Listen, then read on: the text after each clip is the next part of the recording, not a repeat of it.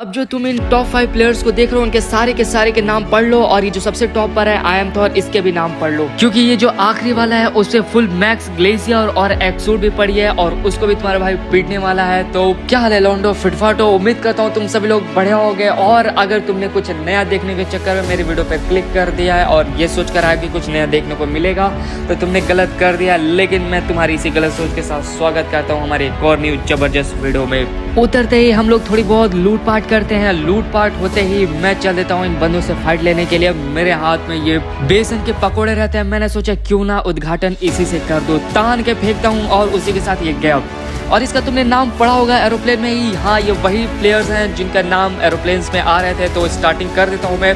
अब एक बंदा नॉक है, मैं बाकी टीवी पे लेके देखता हूँ, लेकिन उतने में ही अचानक से काला जादू करके मुझे नॉक दे देता है। मेरा टीममेट साथ में था तो वो मुझे फटाफट से रिवाइव कर देता है और मैं नीचे आकर के तुरंत हीलबाजी करता हूँ, कहीं ऐसा ना ऊपर से नेट मोली फेंक दे तो गड़बड़ हो जाएगा, इसलिए नीचे आता हूँ। तभी मैं देखता हूँ अरे सामने पे किसी की जोर से ब्लीडिंग चालू है। मैंने उसकी जख्मों को और हरा भरा कर दिया उसकी पेटी डाल के।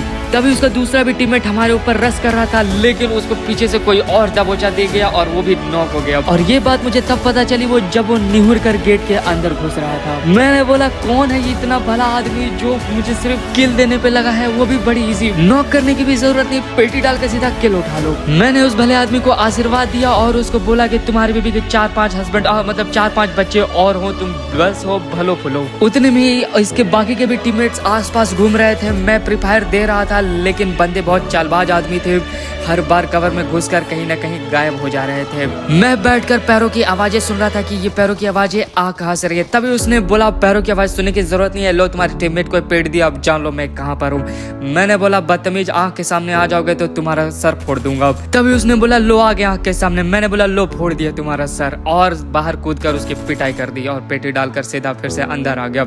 अंदर आकर गन रिलोडिंग कर रहा था, तभी मुझे फिर से बगल से आवाज आ रही थी। ये देखने के लिए मैं बाहर की तरफ निकला कि अब कौन अपनी आरती उतरवाने के लिए चला है। तभी मैंने देखा एक बॉट अपने घर का पता भूलकर हमारे घर में चलाया था, तो मैंने उसको उसके सही पते पर भेज दिया। उतने में ही दूसरा बंदा आ गया और ये जो सामने वाला बंदा रहता है ये बड़ी चालबाजी के साथ खेल रहा होता है, अंदर नहीं आता, उधर से उछल उछल के मुझे 1 HP कर गया। मैंने बोला हटाओ, लड़ाई वड़ाई तो बाद में होती रहेगी, पहले हेल्थ लगाना जरूरी है। लेकिन उतने में ही हमारे टीममेट ने मामला सलटा दिया और उसको लॉबी ठेल दिया। मैंने अपने टीममेट को बोला मैं भी उसे मार सकता था, लेकिन मैं ऊपर लोकेशन देखने के लिए गया था कि ऊपर पे कोई है तो नहीं। मेरे टीममेट ने मुझे बोला थोड़ा कम फेंका करो तो ज्यादा बढ़िया रहेगा तुम्हारे लिए। लेकिन तभी ऊपर आया तो सच में यहाँ पे कुछ बंदे आपस में किसी बात पर मुठभेड़ कर रहे थे, जिसमें एक की मैंने पिटाई कर दी और पता चला सामने 2 लोग छुप कर बैठे हैं।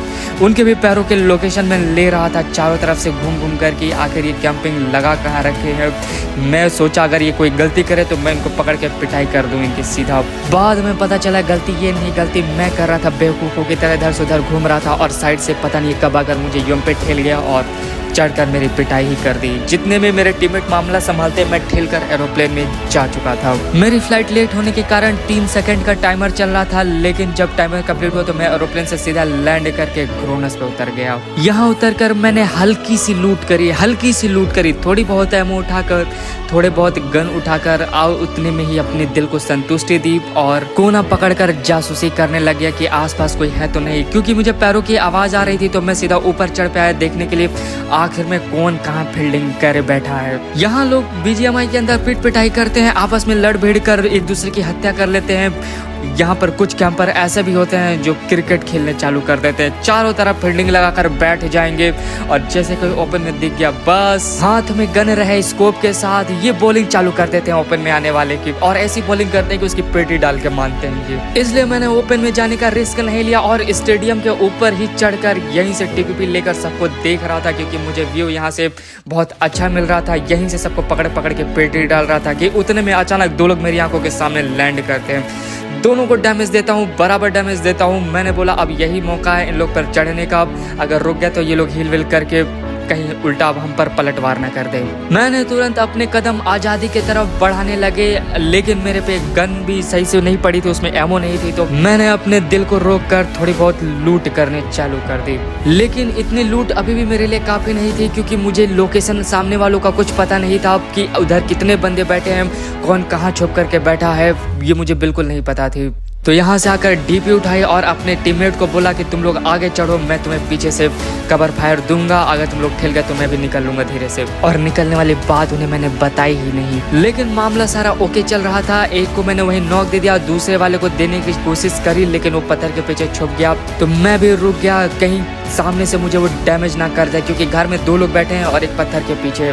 लेकिन वो बाहर ही नहीं निकलता। मैंने बोला जो होगा देखा जाएगा, और डर के आगे डूबो है ये बोलकर मैंने सामने वालों पर रश कर दिया, जिसमें एक के मौका वारदात पर पिटाई कर दी और चढ़ते चढ़ते दूसरे वाला भी आते आते लपेटे में रह गया था। देखो ध्यान से पढ़ो, इसका भी नाम टॉप 5 में आया था, इसको मैंने डैमेज दिया था, लेकिन इसका किल मेरे टीममेट ने कर दिया आखिरी गोली पे मार के। मैं तुरंत वहीं रोने लगा, मेरा किल कहाँ चला गया। तब तक पता चला ऊपर कोई छत पे आके बैठा है, मैंने उसकी पिटाई कर दी और उसके बदले मैंने इसकी किल ले ली और उतने में मैं खुश हो गया। और अब जोन छोटा हो चुका था, तो हम लोग सीधा जोन की तरफ जा ही रहे थे, क्योंकि सामने पे भी लड़ाइयाँ हो रही थी और थोड़े ही बंदे अब बचे रह गए थे।